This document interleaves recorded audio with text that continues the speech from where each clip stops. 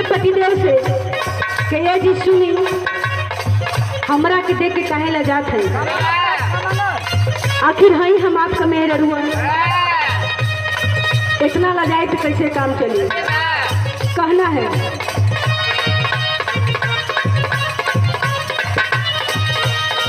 रही नहीं हर में लइकन के पहला पसंद,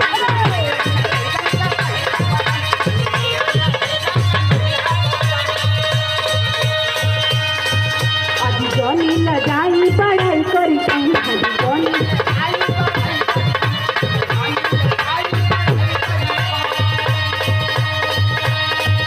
के जाई मत, हमार बात सुनी।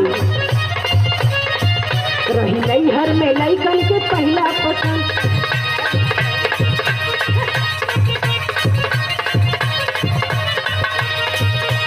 तोरा का भैया बुलेन बतावत हिया क्या बात है।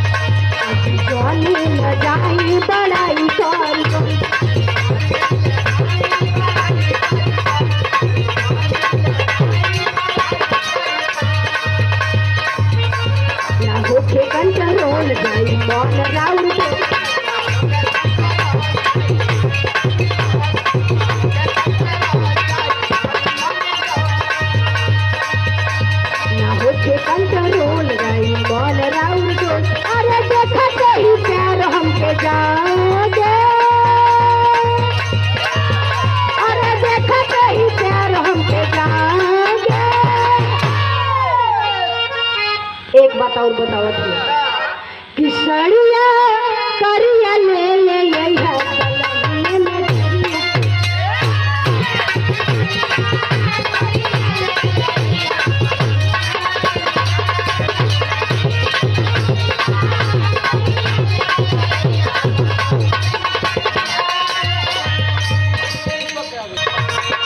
सड़िया करिया ले ले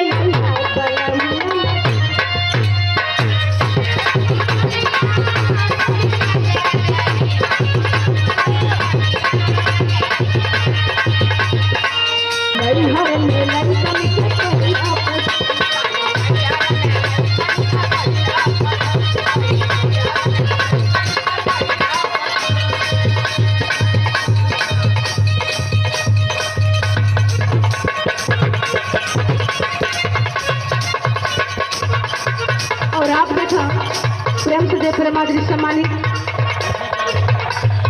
संदीप यादव, ये आपकी तरफ से दूसरा पुरस्कार। और ये भाषा न समझ में आवत है तो धीरे धीरे हम बिहार का भाषा सीख गए बानी।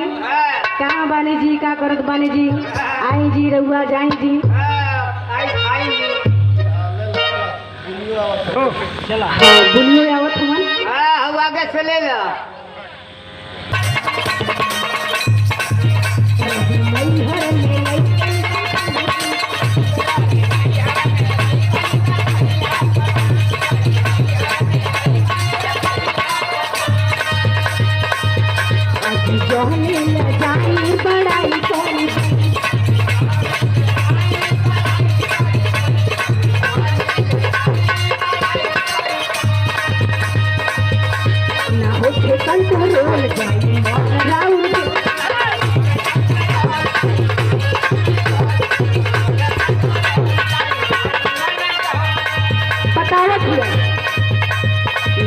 कंट्रोल जाई मोन राउंड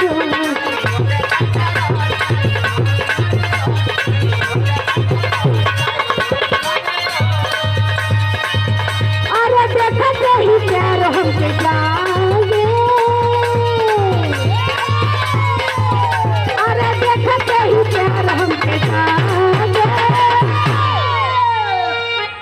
तो सड़िया